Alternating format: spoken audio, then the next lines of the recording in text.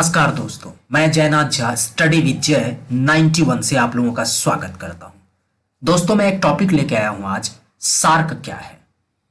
और इसमें कहा जाए तो सार्क क्या है, पहला सवाल, सार्क की स्थापना कब हुई, सार्क के उद्देश्य क्या है, सार्क की संरचना और प्रक्रिया, सार्क के सहयोग क्षेत्र।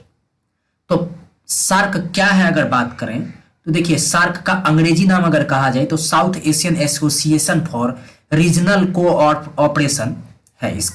इसका कहा जाए तो अंग्रेजी में इसका नाम south Asian association for regional cooperation, इसका सार्क का फुल फॉर्म है ये। और अगर हिंदी में कहा जाए इसको तो दक्षिण एशियाई क्षेत्रीय सहयोग संगठन सार्क को कहा जाता है। अब बात करें सार्क की स्थापना कब हुई, तो सार्क की स्थापना 8 दिसंबर 1985 को बांग्लादेश के ढाका में कहा जाए तो सार्क चार्टर पर हस्ताक्षर करके हुई थी। चार्ट पर कहा जाए तो सार्क चार्टर पर हस्ताक्षर करके हुई थी। अब बात करें इसकी सचिवालय तो 17 जनवरी 1987 को काठमांडू में स्थापित किया गया था इसे। इसकी स्थापना दक्षिण एशिया के 7 देशों में बांग्लादेश, भूटान, भारत, मालदीव, नेपाल, श्रीलंका और पाकिस्तान ने मिलकर की थी। अफगानिस्तान ने 2007 में सार्क की सदस्यता हासिल की थी। अफगानिस्तान को भी जोड़ा गया था सार्क में, लेकिन 2007 में कहा जाए तो उस दौरान सार्क की 14वीं बैठक भारत की राजधानी दिल्ली में ही हुई थी।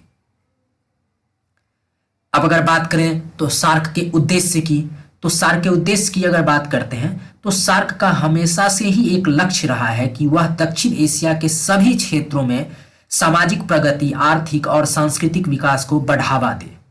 सार्क के उद्देश्य को कहा जाए तो उसके चार्टर में परिभाषित भी किया गया है।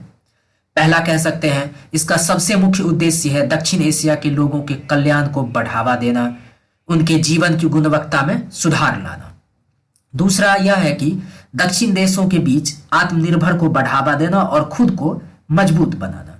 तीसरे की बात करें तो आपस में विश्वास और समझ से एक दूसरे की समस्या को दूर करने में सहयोग देना।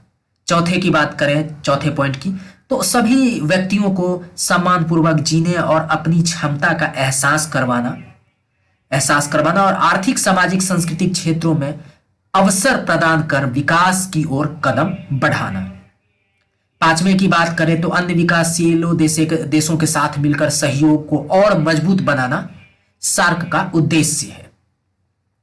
अब बात करें सार्क की संरचना और प्रक्रिया की अगर बात करें तो देखिए, सार्क की संरचना 5 सिद्धांतों, संप्रभु समानता, क्षेत्रीय अखंडता, राजनीतिक स्वतंत्रता, सदस्य राज्यों के आंतरिक मामलों, कहा जाए तो आंतरिक मामलों के किसी भी प्रकार का हस्तक्षेप न करना और पारस्परिक लाभ पर ध्यान बनाए रखना जो है इस पर आधारित है। सार्क का सम्मेलन प्रति वर्ष आयोजित किया जाता है। हर वर्ष सार्क का सम्मेलन जो है आयोजित किया जाता है और इस शिखर सम्मेलन की मेजबानी करने वाला देश ही संगठन का अध्यक्ष होता है। सार्क के सदस्य देशों को कहा जाए तो द्विपक्षीय और बहुपक्षीय संबंधों के पूरक के तौर पर देखा जाता है। किसी भी प्रकार के निर्णय सर्वसम्मति के आधार पर लिए जाते हैं, लेकिन द्विपक्षीय और विवादास्पद मुद्दों को इससे बाहर रखा गया है। अगर कहें तो इसके 8 मुख्य सदस्यों के अलावा 9 प्रक्षेक राज्य सार्क के शिखर सम्मेलन में शामिल होते हैं, जिनमें कहा जाए तो चीन, अमेरिका, म्यांमार, ईरान, जापान, दक्षिण कोरिया, ऑस्ट्रेलिया, मॉरिशस, यूरोपीय संघ आदि शामिल होते हैं। अब बात करें सार्क के सहयोग क्षेत्र की बात करें तो सार्क के अगर सहयोग क्षेत्र की बात करें तो सार्क के सहयोग क्षेत्र में अगर पॉइंट में देखिए तो पहला पॉइंट यह है कि कृषि और ग्रामीण विकास इसका सहयोग क्षेत्र है सार्क का, कृषि और ग्रामीण विकास। दूसरा शिक्षा और संस्कृति, तीसरा आर्थिक व्यापार और वित्त, चौथा पर्यटन, पांचवा पर्यावरण, छठा जैव प्रौद्योगिकी, सातवां कहा जाए तो विज्ञान और तकनीकी है, आठवां सूचना संचार और मीडिया, नौवां लोगों के बीच संपर्क, 10वां सुरक्षा पहलू, 11वां वित्त पोषण तंत्र और 12वां कहा जाए तो गरीबी उन्मूलन और अंतिम 13वां अगर कहा जाए तो सामाजिक विकास है।